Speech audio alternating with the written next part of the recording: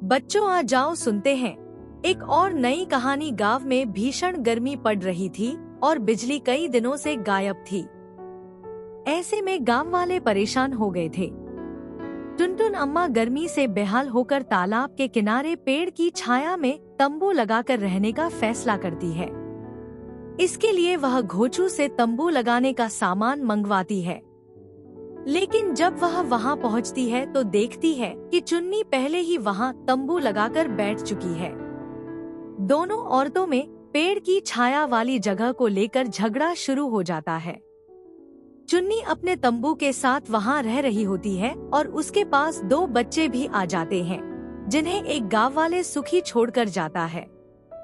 चुन्नी उन बच्चों को गर्मी से बचाने के लिए अपनी ममता दिखाती है और उन्हें खाना बनाकर खिलाती है, जबकि टुनटुन ईर्ष्या से जलती है।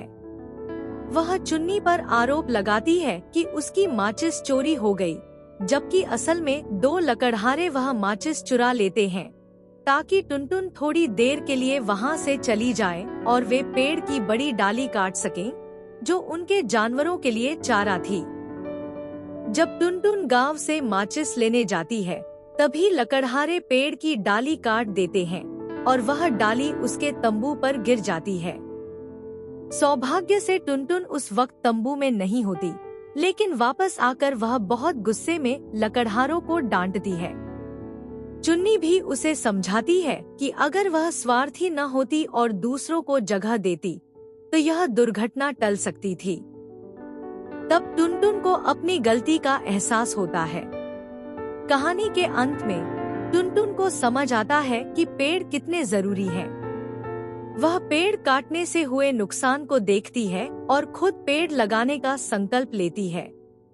उसकी यह भावना देखकर चुन्नी और अन्य गांव वाले भी साथ आ जाते हैं और सभी मिलकर गांव में पेड़ लगाकर उसे फिर से हरा भरा बना देते हैं। यह कहानी हमें सिखाती है कि स्वार्थी व्यवहार, प्रकृति की अनदेखी और लालच अंत में हमें ही नुकसान पहुंचाते हैं। पेड़ और प्रकृति का सम्मान करना और मिलजुल कर रहना ही असली सुख और ठंडक लाता है।